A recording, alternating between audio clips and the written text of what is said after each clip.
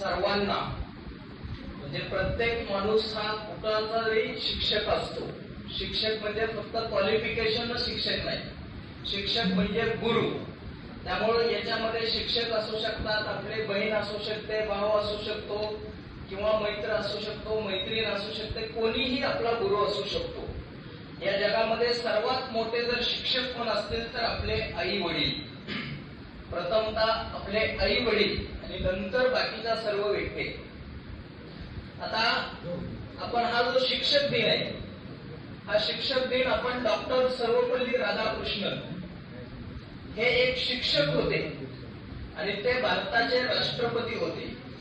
म्हणजे या देशामध्ये सर्वोच्च पद कोणतं असेल तर राष्ट्रपती. म्हणजे एक शिक्षक आपल्या कर्तृत्वानं, आपल्या नेतृत्वानं या भारत देशाचं प्रतिनिधित्व केलेले डॉक्टर सर्वपल्ली राधाकृष्णन यांच्या जयंतीनिमित्त त्यांच्या पुरस्कारानं किंवा त्यांना सन्मानित करण्यासाठी या 5 सप्टेंबरला आपण हा शिक्षक दिन साजरा केला जातो. आता शिक्षक दिन साजरा करत असताना आज जर आपण शिक्षकांची अवस्था बघितली तर बाहेरच्या देशामध्ये सगळ्यात जास्त किंमत कुणाला असती तर शिक्षकांना.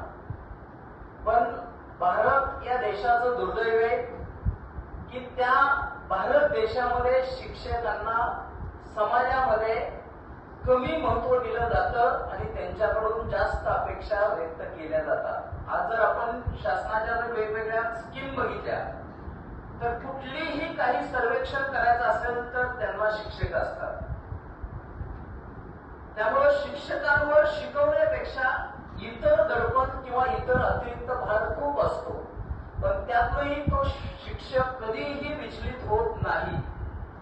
आपल्या विद्यार्थ्यानं आपल्यापेक्षा मोठं व्हावं अशी त्यांची कायम इच्छा असते. आता मी तर माझं उदाहरण सांगतो तुम्हाला. मी ज्यावेळेस 12वीत होतो, आपण कुणाला तरी आयडॉल मानतो. आपण ज्या शिक्षकांना आपले फेवरेट टीचर मानतो त्याचं अनुकरण करण्याचा आपण प्रयत्न करतो. मी तुम्हाला पाठीमागेही सांगितले, मी 12वीत असताना मला वाटायचं की मी शिक्षक व्हावं आणि त्यातल्या त्यात मला केमिस्ट्रीचा शिक्षक व्हावं वाटायचं. कारण मला ज्युनियर कॉलेजला शिकवायला यशवंत ज्युनियर कॉलेज बोसे या ठिकाणी अत्तार सर होते. अत्तार सर, त्यांचं टीचिंग इतकं छान होतं. आता इथं पोरकी आहे बघा, तिच्या वडिलांना शिकवले त्या सरांनी. त्यांचं टीचिंग इतकं सुंदर होतं की त्यांचा विद्यार्थी होत असताना मलाही वाटायचं आपण शिक्षकच व्हावं. त्यामुळं मी पहिल्यांदा अत्तार सर यांच्या लेक्चरनं, यांच्या व्यक्तिमत्वानं प्रभावित होऊन मला त्यावेळेस कळलं की आपण एक शिक्षक झालं पाहिजे. त्याच्यानंतर आता सध्या केबीपी कॉलेजला उपप्राचार्य काटकर सर. माझा मॅथमॅटिक्स नाही, मी कायम सांगतो मॅथ्स हे आपलं चांगलं असलं पाहिजे. ज्या माणसाचं मॅथमॅटिक्स चांगलं त्या माणसाचं जीवन चांगलं. परंतु आम्हाला मॅथमॅटिक्स जमत नव्हतं. पण काटकर सरचं अक्षर, अगदी मोत्यासारखं अक्षर म्हणजे काय हे काटकर सरांचं अक्षर बघितल्यानंतर लक्षात येत होतं. त्यामुळे माझा मॅथमॅटिक्स विषय नव्हता तरी देखील मी काटकर सरांची गणिताची लेक्चर अटेंड करत होतो. गणित शिकण्यासाठी नाही तर त्यांचं अक्षर शिकण्यासाठी. आणि माझी अक्षराची 80% कॉपी ही काटकर सरांची आहे. त्यामुळं अक्षर हा सुंदर अक्षर हा एक दागिना असतो. त्यामुळं अक्षर हे चांगलंच पाहिजे.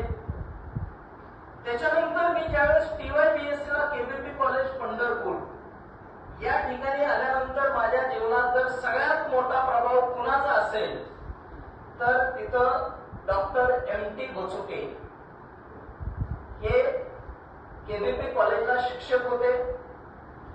आता ते सध्या निवृत्त झाले. ते नंतर सांगोला महाविद्यालय सांगोला या ठिकाणी प्राचार्य होतं.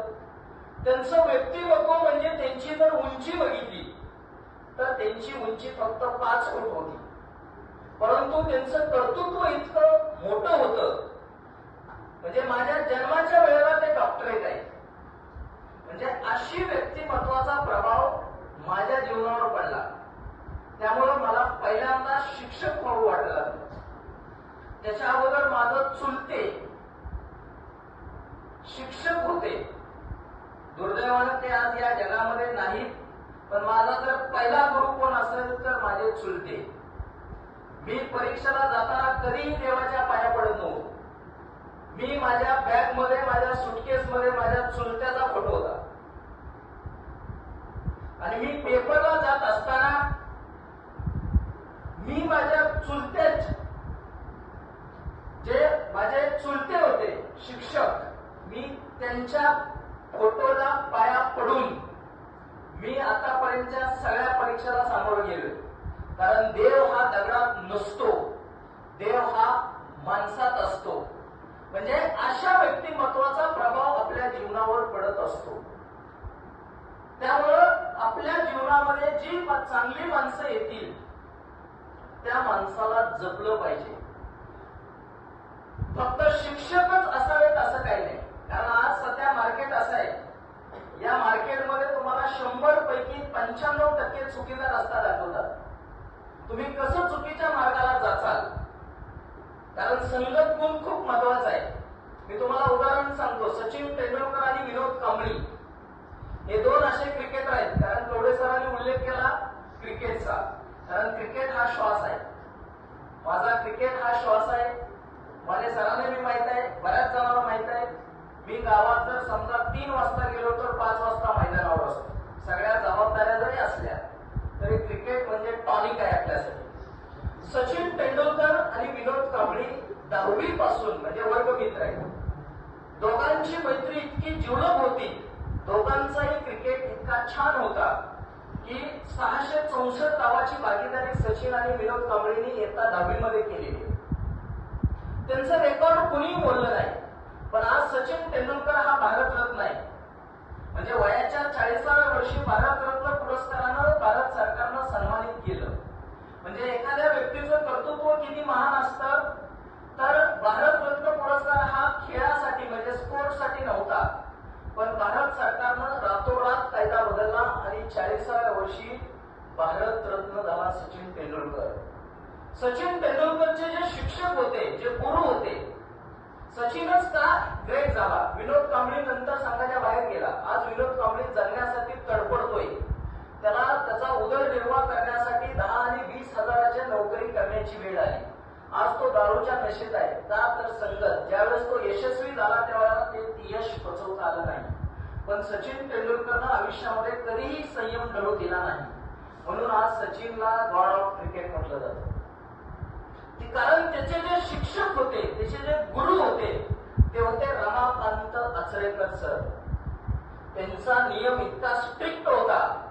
सचिन तेंडुलकरनं 24 वर्षामध्ये जगातली सगळी रेकॉर्ड मोडली. पण 24 वर्षामध्ये सचिन तेंडुलकरला गुरु रमाकांत आचरेकर एकदाही म्हणले नाहीत वेल प्लेड सचिन, तू छान खेळलास, हे एकदाही म्हटले नाही. कारण असा असतो गुरु. कारण आपल्या शिष्यानं ते यश पोचवल्यानंतर विचलित होऊ नये, त्याचा बॅलन्स ढळू नये, त्याचा संयम राहिला पाहिजे. यासाठी कधीही आयुष्यात वेल प्लेड म्हटले नाहीत. फक्त शेवटची कसोटी ज्यावेळेस रिटायर झाला सचिन, कारण त्याच्यानंतर त्याच्या आयुष्यात क्रिकेटचं पान नव्हतं, त्यावेळेस सचिन तेंडुलकरला म्हणले वेल प्लेड सचिन. कारण सचिन तेंडुलकरचा गुरु हा रमाकांत आचरेकर सर होते. विनोद कांबळीचे होते, पण विनोद कांबळीला ते यश पोचवता आलं नाही. म्हणून आपल्याही जीवनामध्ये एक शिक्षक असो किंवा एखादा गुरु हा असला पाहिजे. त्याच्यावरनं आपलं जीवन हे यशमय आणि तेजोमय घडलं पाहिजे. आता टीचर याचा लॉंग फॉर्म काय आहे? टी म्हणजे टेलेरियम. आता आपल्या केमिस्ट्रीकडे टी म्हणजे काय आहे? टेलेरियम. एसी ऍक्टिनियम. 89 नंबरचा मुद्रा कुठला आहे? ऍक्टिनियम. म्हणजे टीई.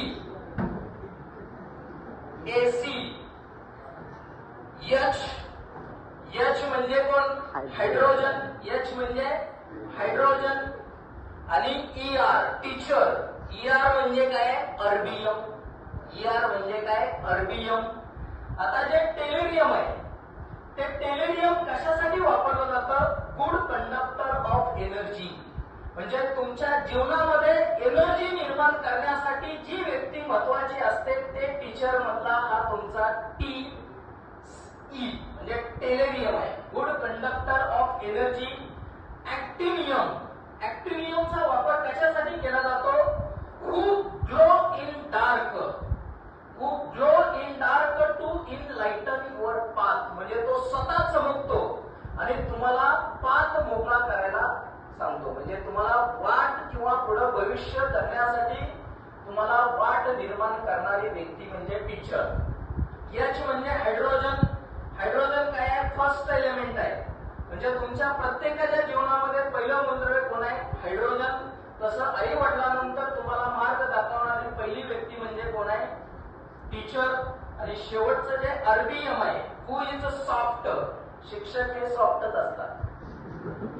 काही वेळेला राग येतो, राग आल्यानंतर तेवढ्या पुरतं बोलले जातात, परंतु तो शिक्षक नंतर तुमच्या झालेल्या चुका किंवा जर तुम्ही हर्ट झाला तर तुमच्या जवळ येऊन तुमच्या पाठीवर हात ठेवून तुम्हाला मार्गदर्शन करतो, कारण तो सॉफ्ट असतो.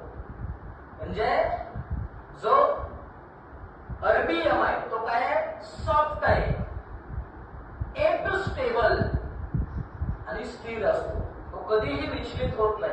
आपल्याला फक्त लक्षात येतं. म्हणजे शिक्षक म्हणलं की आता समाजामध्ये जे चित्र निर्माण केलं जातं, शिक्षक म्हणलं की लाखो रुपयाच्या पगारी. आपण त्याच्या पाठीमागचं कष्ट बघत नाही, त्याच्या मागचा संघर्ष बघत नाही. आज समाज फक्त तुमचा इन्कम बघतो. म्हणजे शिक्षक होणं तेवढी सोपी गोष्ट नाही. त्यामुळं असा हा टीचर आपल्या आयुष्यामध्ये प्रत्येकाच्या येतो. सर्वांना शिक्षक दिनाच्या परत एकदा खूप खूप शुभेच्छा आणि माझे 2 मिनिटं